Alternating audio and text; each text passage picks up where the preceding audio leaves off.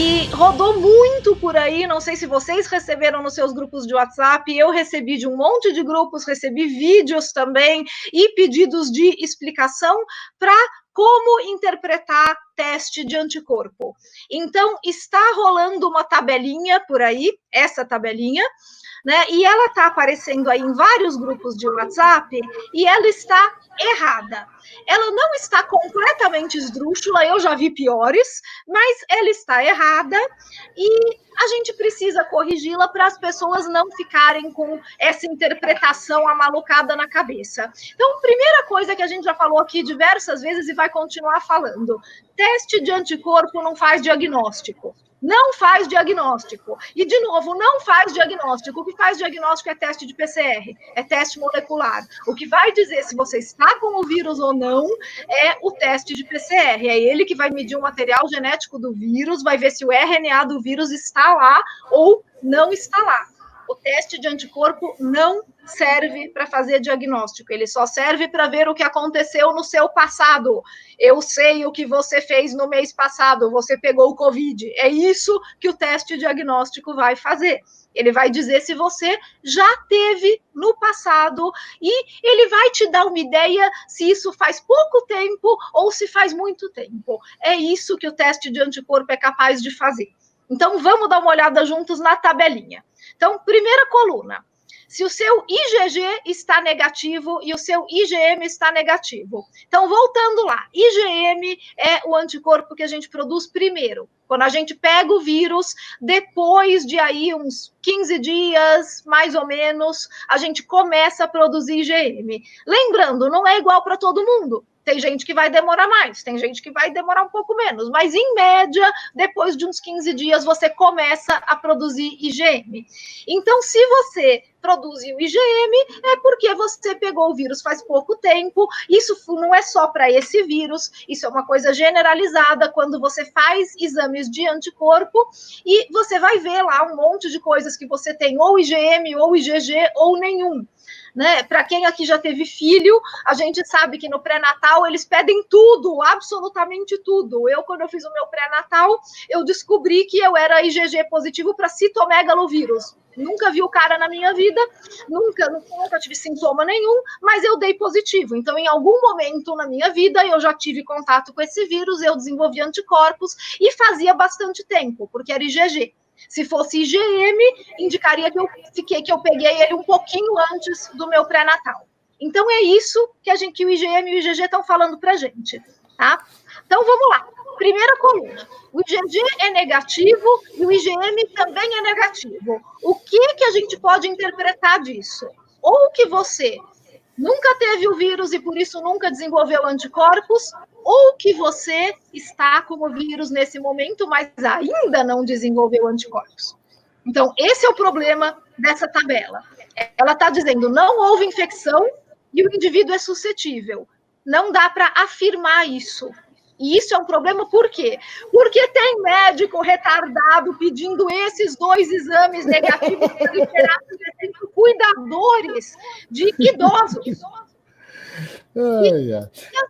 Não dá. Eu não consigo conceber que tem médico que pede, que quer ver esses 2 negativos para falar: nossa, que feliz, você não tem o vírus, vai lá cuidar do idoso.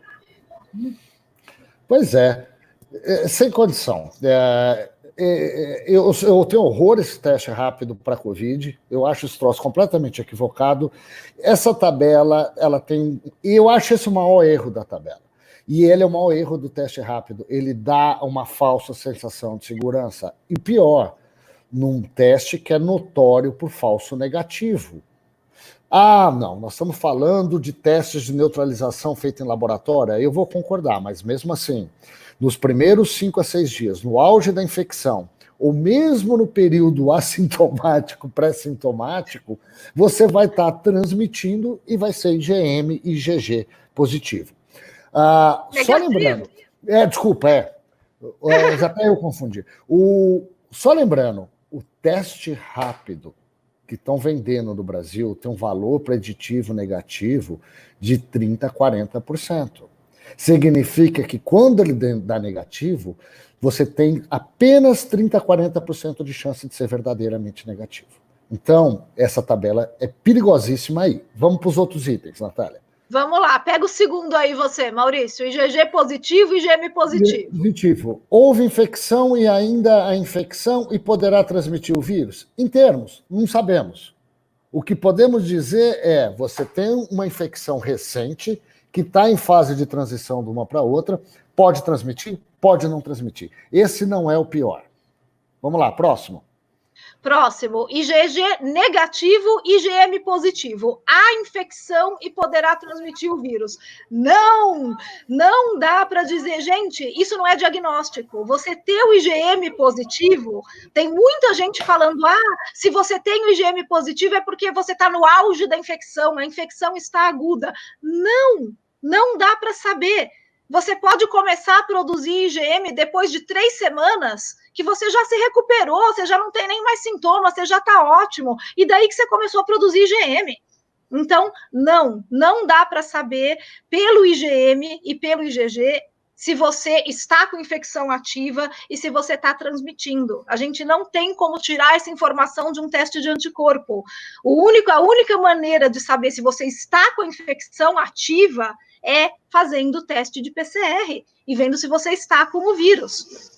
Lembrando também, né, que justamente quando a gente explicou o caso dos pré-sintomáticos, sintomáticos e assintomáticos, a gente mencionou um trabalho da Nature que mostra que os pré-sintomáticos, quando eles estudando essas pessoas, a gente percebe que eles são mais infectivos, eles transmitem mais o vírus 2 a 3 dias antes de aparecer sintoma. Nessa época, os caras não têm anticorpo, não. E eles estão transmitindo ativamente.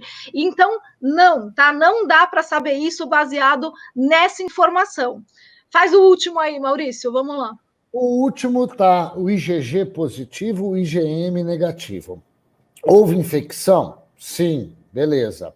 Apresenta imunidade? Muito provavelmente. Eu acho que sim, eu acredito que sim, mas ninguém mostrou ainda. Então, nós somos cientistas, temos que trabalhar com a ciência. Então, provavelmente apresenta imunidade. Não transmite?